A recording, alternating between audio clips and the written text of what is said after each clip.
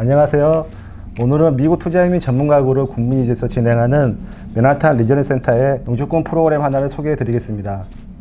오늘 여러 정보를 주실 수 있는 중요한 패널 한 분을 모셨습니다. 먼저 자기소개 부탁드리겠습니다. 안녕하세요. 저는 맨하탄 리저널 센터 한국 지역을 담당하고 있는 유수경이라고 합니다. 반갑습니다. 반갑습니다. 먼저 미국 영주권에 관심 있는 사람들이 많아서 제대로 한번 알아보려고 합니다.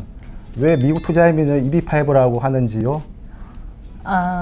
EB5는 영어로 얘기하면은 Employment Based의 약자예요. 그래서 이게 그 미국 여러 가지 이제 비자 프로그램이 있는데 그거를 이제 대부분이 Employment Based란 말에서도 알 수 있듯이 고용에 기반을 두고 프로그램이 작성이 되었어요. 그래서 이게 이제 5번째 순위의 고용 프로그램이라고 해서 EB5라고 부르고 EB5는 곧 미국 투자이민 프로그램을 얘기를 하는데 사실은 이 미국 투자이민 프로그램이 결혼을 제외하고는 현재 영주권을 딸 수 있는 가장 빠른 방법 중에 하나라고 저는 알고 있어요.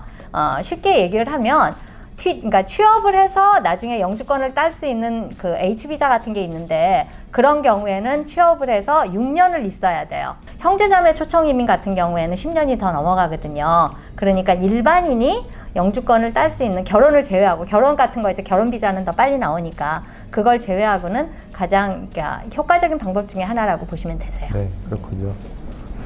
그러면 투자이민을 하는데 왜 프로젝트를 고르나요? 투자이민은 아주 쉽게 설명을 하면은 외국인의 자본으로 해서 미국 시민들한테 그러니까 일자리를 줘서 그걸로 해서 이제 일자리가 창출이 되면은 그 공헌을 인정을 해서 영주권을 주겠다고 미국에서 만든 프로그램이에요. 네. 지극히 미국적인 프로그램이죠. 네. 그러니까 투자자 한 명당 10개의 일자리가 창출돼야 하는 게 원칙이에요. 그래서 예전에 맨 처음에 이제 1990년도에 처음 이제 미국 투자이민 EB5가 시작이 될 때는 직접 투자를 시작을 했었어요. 그 얘기는 투자자 한 명이 10명의 직원을 고용을 해서 그거를 2년을 유지를 한 걸 증명을 하면 외국인 투자자가 그렇게 한 걸 증명을 하면은 그때 이제 그거를 인정해서 영주권을 주겠다는 건데 자영업이나 사업을 해보신 분은 알겠지만 직원 한두 명 고용을 해서 사실 2년을 가기도 힘들어요. 근데 미국이라는 땅덩어리에서 10명이나 풀타임으로 고용을 해서 2년을 가는 그런 투자 방식으로 실제적으로 영주권까지 가기가 정말 힘들었어요. 근데 이 미국 투자이민 프로그램은 또 어떤 특징이 있냐면 투자라는 말에서 알 수 있듯이 말 그대로 투자를 하는 거예요. 투자를 하다가 본인이 잘못되거나 실패를 해서 예를 들어서 뭐 직원 고용을 10명을 못했다 그러면 영주권도 못 따고 본인의 그 투자금도 다 날리는 거예요. 그래서 이런 일이 너무 많다 보니까 직접 투자로 해갖고는 이게 영주권을 따는데 문제가 있겠다. 그렇게 해서 나온 게 이제 간접 투자 방식이에요.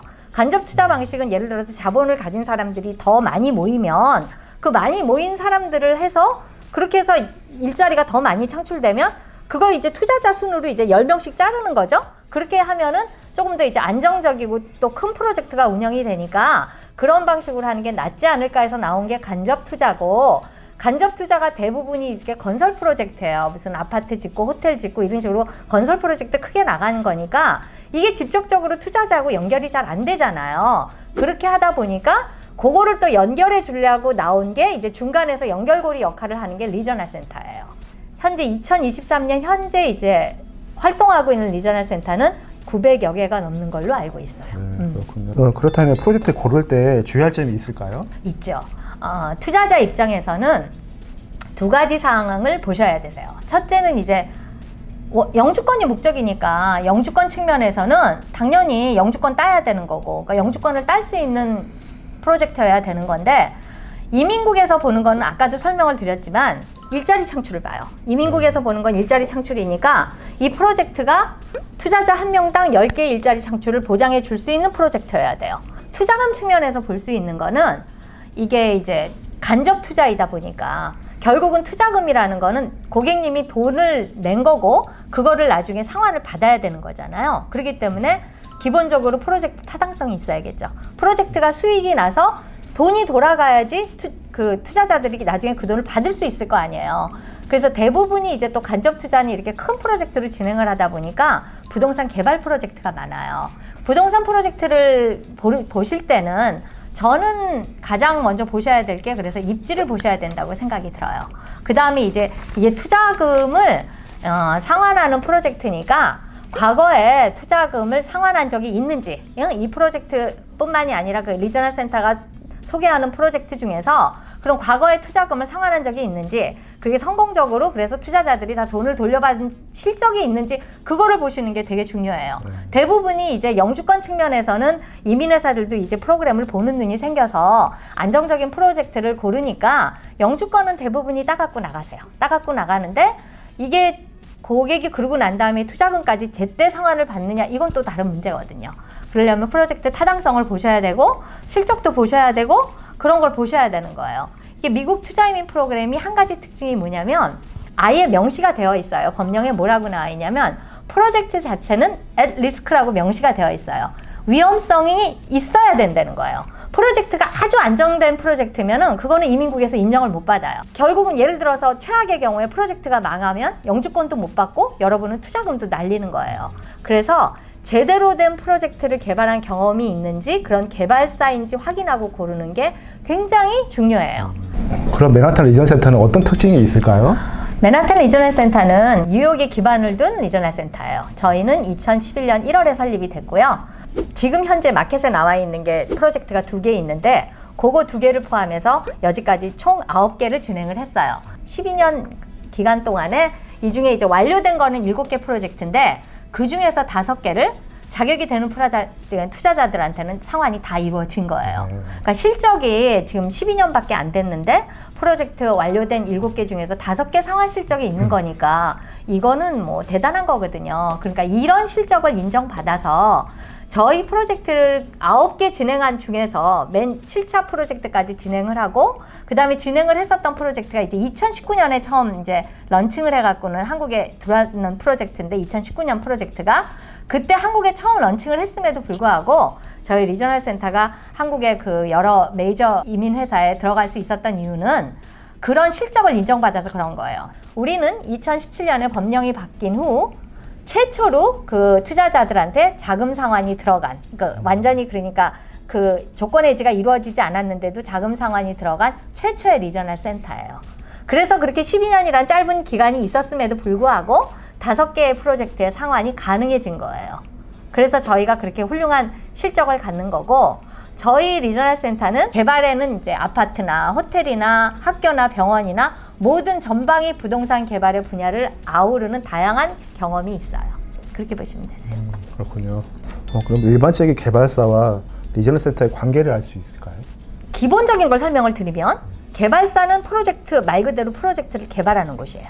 그 다음에 이제 시공사가 있죠. 시공사는 그 프로젝트의 건설을 담당을 해요.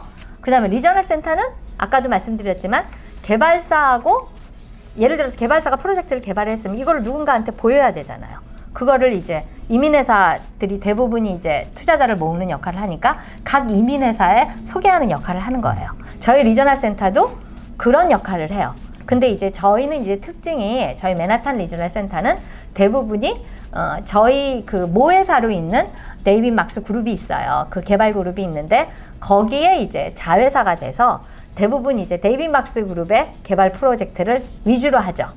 그래서 저희는 그 MDG 그룹 같은 경우에는 시공사 리저널 센터가 다 자회사로 들어가 있어요. 그런 구조로 되어 있습니다. 그럼 이번에 맨하탄 리저널 센터가 소개하는 프로젝트는 뭔가요?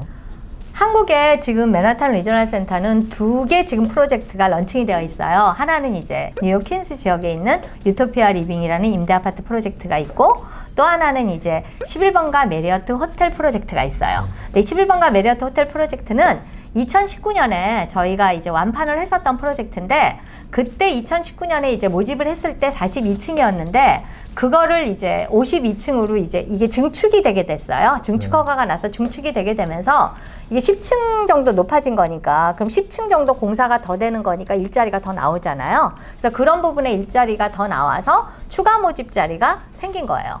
완공이 거의 가까워진 프로젝트고 이런 부분이 되나서 다들 너무 이제 탐을 내는데, 이게 자리가 한정이 되어 있다 보니까 나라별로 저희 개발사에서 이제 쿼터를 줬어요. 그래서 한국 같은 경우에는 국민이주가 2019년에 저희 맨하탄 프로젝트를 가장 많이 팔아준 이민회사가 되나서 국민이주에 이제 독점으로 공급하게 된 거죠. 그래서 11번가 메리어트 호텔 프로젝트는 지금 한국에서는 국민이주만 판매하고 있어요. 그럼 프로젝트의 가장 큰 장점이 뭘까요? 저희 11번가 메리어트 호텔 프로젝트의 가장 큰 장점은 뭐니 해도 입지예요. 저희는 이제 그 뉴욕의 그 자비츠 센터라고 있는데 한국으로 얘기하면은 코엑스, 킨덱스 이 정도로 보시면 되세요. 그래서 이렇게 큰 컨벤션 센터예요. 보통 이제 컨벤션 센터가 있으면 그 옆에 호텔들이 많이 붙어요. 근데 저희는 자비츠 센터 바로 앞에 있어요. 어떻게 되어 있냐면 제가 가보고 진짜 너무 가까워서 깜짝 놀랐었는데 자비츠 센터 입구에서 나오면 신호등이 하나 있어요. 그거 건너면 바로 앞에 저희 호텔이 있어요. 입지가 정말 너무너무 좋아요. 그리고 이제 또 하나는 저희가 자랑하는 게 아까도 이름에서도 아시지만 메리어트 브랜드 호텔이에요. 메리어트 브랜드는 전 세계에서 이제 브랜드 네임이 가장 큰 호텔 중에 하나고 그리고 이미 수직 공사가 완료가 됐어요. 그러니까 외관이 다 외관 뼈대는 완료가 됐고 이제 거기 이제 외관에 글라스 붙이는 작업, 그 다음에 내부 인테리어 작업만 끝나면 되는 거기 때문에 공사가 거의 80% 정도 완공됐다고 보시면 되세요. 그리고 또 뉴욕 한복판에 지어지는 프로젝트인데 그럼에도 불구하고 80만 불로 투자가 가능한 이제 거의 유일한 프로젝트가 아닐까 싶어요. 그래서 입지도 너무 좋고 메리어트 브랜드 호텔이고 그 다음에 이제 공사도 거의 완료가 되어 있는 아주 좋은 프로젝트라고 보시면 되겠습니다. 그렇군요. 그럼 코비드 상황인데 그럼 호텔 사람 괜찮을까요?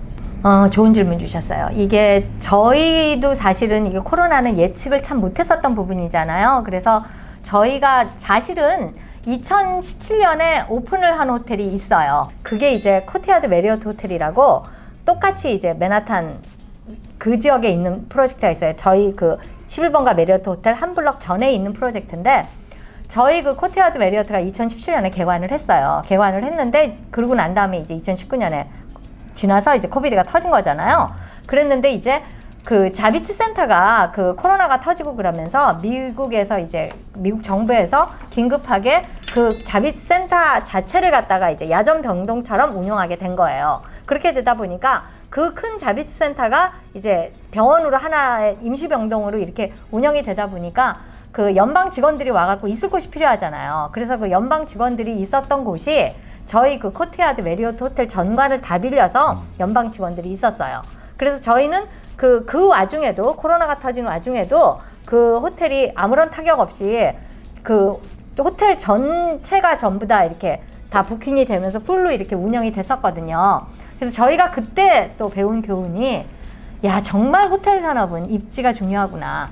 이게 만약에 뉴욕의 맨하탄에 있는 호텔이 아니었었으면 이게 가능했었을까 싶었던 거예요. 근데 지금 저희가 이번에 모집하는 메리어트 호텔 같은 경우에는 자비츠 센터 또 바로 앞이란 말이에요. 입지가 훨씬 더 좋죠.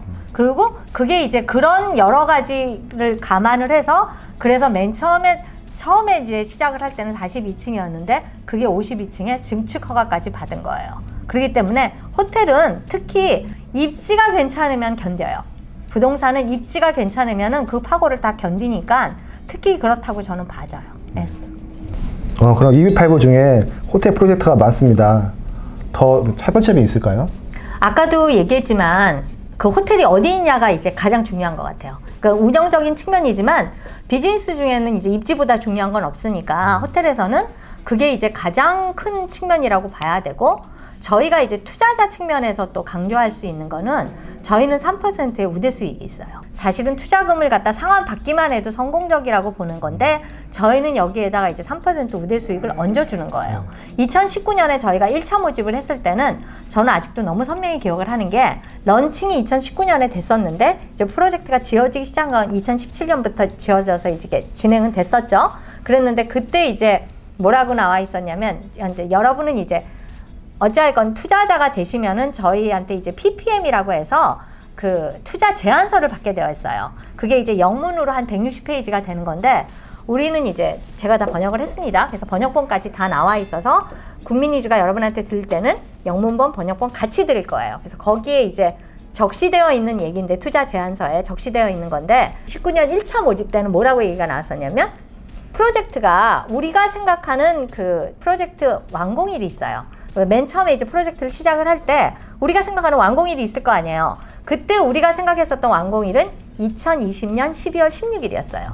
근데 공사라는 게 진행이 되다 보면 더 늦어질 수도 있고 실제적으로 많이 늦어지잖아요. 그럴 경우에 투자 제안서에 뭐라고 명시가 되어 있었냐면 그 프로젝트 완공일 기준으로 해서 우리는 3% 우대 수익을 준다. 완공일 전에는 1%고 완공일을 기준으로 3% 수익을 주는데 그 완공일이라는 건 우리가 맨 처음에 예상했었던 2020년 12월 16일과 실제 완공된 날 두 날이 있을 경우에 더 빠른 날짜, 얼리어 데이트라고 명시가 되어 있어요.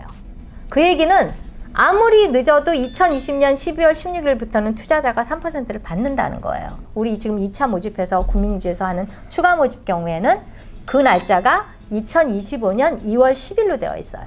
그러니까 2025년 2월 10일 전에는 1%를 받으시다가 2025년 2월 10일 이후에는 3% 수익을 받으시는 거예요. 그럼 여러분은 나중에 투자금 상환을 받을 때 그것까지 같이 챙겨서 받으실 수 있다는 거죠. 그래서 이런 특별한 또 차별점이 있으니까 이거는 수익적인 측면에서 굉장히 좋다고 할 수 있죠. 그게 가능한 게 아까도 설명을 드렸지만 저희는 개발사하고 특수한 관계에 있는 리저널 센터예요. 개발사에 이렇게 바로 자회사처럼 되어 있기 때문에 예를 들어서 아예 독립이 되어 있는 다른 프로그램일 경우에는 개발사가 리저널 센터에다 주는 커미션이 훨씬 더 높죠. 근데 우리는 그렇게까지 많이 저거하지는 않으니까 그런 부분을 갖다가 투자자한테 돌려주는 구조로 만들었다 이렇게 보시면 되세요. 그럼 개발사하고 리저널 센터가 특별한 관계이면 개발사에 좌우되지 않나요? 너무 중요한 질문. 네, 맞아요.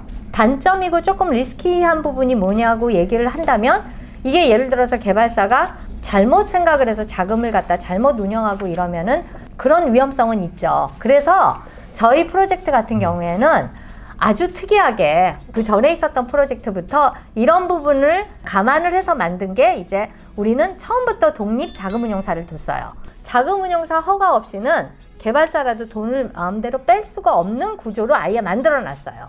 이거는 구조만 그렇게 만들어 놓은 게 아니고 이게 증권위원회 같은데 다 이렇게 보고가 된 거기 때문에 이걸 이렇게 하겠다고 투자 제안서에 적어놓고 안 하면은 그거는 안 되는 거예요.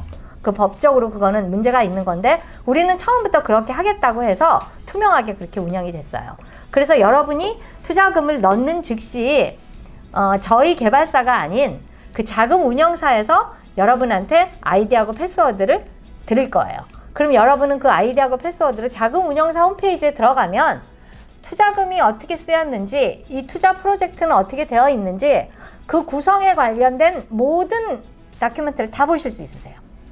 거기엔 재무제표까지 포함이 되어 있어서 여러분의 돈이 어떻게 쓰이고 프로젝트에 어떻게 투입이 되어 있는 것까지 다 보시고 이게 여러분의 아이디 패스워드로 고유하게 들어가는 거기 때문에 여러분의 지금 수속 상황이 어떻게 되는지까지 다 보실 수 있으세요. 그리고 그 웹사이트에는 일종의 웹캠 같은 게 설치가 되어 있어서 그 프로젝트 현장까지도 다 보실 수 있으세요.